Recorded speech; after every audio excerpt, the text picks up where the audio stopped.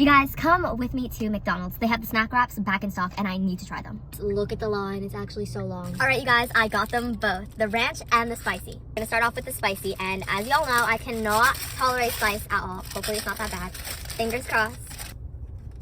But oh my gosh, it's really spicy. Alright, now we're going in with the ranch. Looks the same.